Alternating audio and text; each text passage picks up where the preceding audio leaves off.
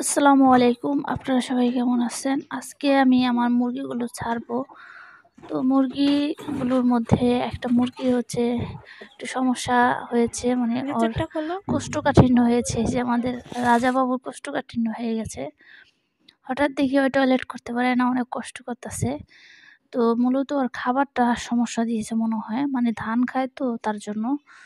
আর এখন হচ্ছে সব বাড়ি হচ্ছে ধান চলে আসছে, তো তারা হয়তো ধান কাটে, তো ওইগুলো আবার মুরগিতে খায়। তো মুরগিতে খায়, আবার বাসায়ও গম দেওয়া হয়। আর এই খাবারটা খেলে মানে কোষ্ঠকাঠিন্যের সমস্যাটা দেখা দেয়। তো আমি আবার হঠাৎ খেয়াল করলাম মুরগিগুলো খাবার খাচ্ছিল ঠিক মতনই। তো তখন দেখি হঠাৎ করে আমার মুরগিটা টয়লেট আটকিয়ে গেছে, মানে টয়লেট করতে পারতেছিল না। তুমি তো একটু ওদেরকে ছেড়ে এখন দাও দে। কোন ধরনের খাবারটা দেওয়া উচিত হবে? মনে হয় ভাত খাওয়ালে ভালো হতো। কিন্তু ঠান্ডা যেহেতু, তো তার জন্য আমি ভাতটাও আবার দিচ্ছি না। তো ওদের বাইরে গেলে ভুসি বলতেছে এবং তুমি। হচ্ছে ভাতের মাড় এগুলো দিয়ে বা তারপরে গুলিয়ে যে খাবারটা দিব, তাহলে হয়তো ভালো হবে। তো এই খাবারটা আবার দুপুর টাইমে দিতে হয়, যাতে করে মুরগির কোনো সমস্যা না হয়। আর সকাল দিকে দিলে হয়তো মুরগির ঠান্ডা লেগে যেতে পারে। তো তার জন্য আমি এই খাবারটা দিব। এই যে দেখেন, আমার রাজা বাবু কিন্তু দাঁড়িয়ে আছে এক জায়গায়। তো ও কিন্তু বারবার টয়লেটের চেষ্টা করতেছে, কিন্তু পারতাছে না। বাকি মুরগিগুলো খাবারগুলো ঠিকই খাচ্ছে, ওও খাচ্ছে, কিন্তু ওর যখন টয়লেটের চাপ দেয় তখন ও চেষ্টা করে, কিন্তু হচ্ছিল না ঠিকমতো। তো দেখেন, আজকে কিন্তু সব মুরগিগুলো একসাথেই খাবার খাচ্ছে, সবাই একসাথেই আছে। কারণ আমি আজকে এখনও লাল বানুকে ছাড়ি নাই। আর লাল বানুকে যখন আগে ছাড়বো তখন কিন্তু সমস্যাটা বেশি দেখা দেয়, মানে সব কয়টা মুরগিকে ঠোকর দেয় লাল বানু। এই যে দেখেন, রাজাবাবু খাবারও খাচ্ছে এবং আবার ওই চেষ্টা করতেছিল। তো মুরগিগুলো ছাড়া থাকে, কিন্তু এখানে ঘাস পাতা আছে, তো ওইটাই খায়। আবার আমি মাঝে এনে দেই। তো এনে আবার দেশি মুরগিগুলোকে এনে দেওয়া হয় না, দেওয়া হয় শুধু আমার টাইগার মুরগি আছে, তো ওদেরকে আবার দেওয়া হয়। কারণ ওরা হচ্ছে ওদের ছাড়া হয় না, আর ওরা না ছাড়লে ওরা ঘাস পাবে কোথায়? তো তার জন্য ওদেরকে মাঝে বাইরে থেকে ঘাস নিয়ে আসি, তো ওইগুলো আবার ওদেরকে দিই। এই যে মায়াবতী আছে, তারপরে ওই যে ডেকি মুরগিটা আছে।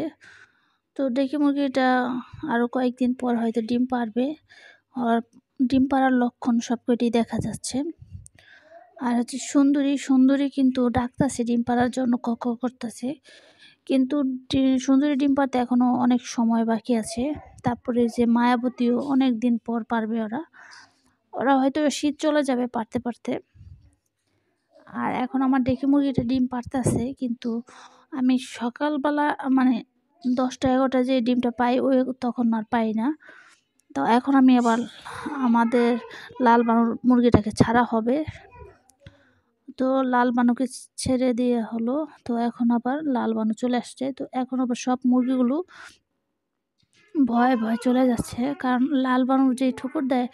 তো হঠাৎ করে আমি খেয়াল করলাম যে এখানে একটা ডিম পড়ে আছে। তো ডিমটা সম্ভবত ডেকি মুরগিটা রাত্রে পারছে। আর রাত্রে পারার কারণে অন্যান্য মুরগির মলমূত্র লেগে এটা কালারটা চেঞ্জ হয়ে গেছে। তো এই যে দেখেন, রাজাবাবু এখন চলে যাবে। এই যে দেখেন, রাজাবাবু কিন্তু এখান থেকে হাঁটতাছে দেয়ালে। তারপরে হচ্ছে ওইখানের ওই যে পাশের বাড়ির মুরগি আছে, তো ওইখানে চলে যাবে। এই তো চলে গেল।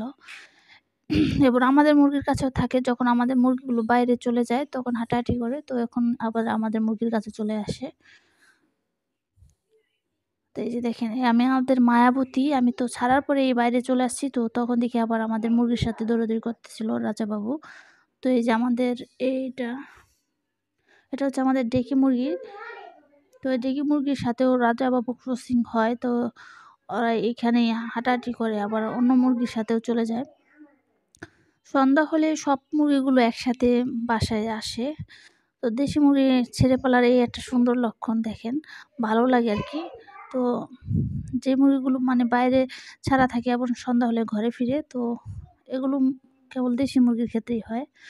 তো এখন সন্ধ্যা হয়ে গেছে, তো আমি চলে আসছি মুরগিগুলো বাঁধতে। তো এখন এসে দেখি আমাদের ডেকি মুরগিটা চুপটি করে একটা কোণার মধ্যে বসে আছে, মানে দাঁড়িয়ে আছে, মানে ডিম পারবে এরকম মনে হচ্ছিল।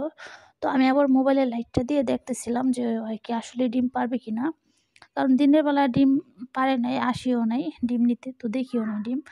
তো ভাবলাম যে ও হয়তো সন্ধ্যার সময় ডিম পাড়ে আর হচ্ছে আর রাত্রে ডিমটা নষ্ট হয়ে যায়। তো আমি দেখতেছিলাম যে ডিম আসলেই পারে কিনা। তো আমি যা সন্দেহ করেছি তাই, ওর শরীরটা দেখলাম ফুলিয়ে রাখছে। তো হাত দিয়ে দেখি একটা ডিম ও পারছে।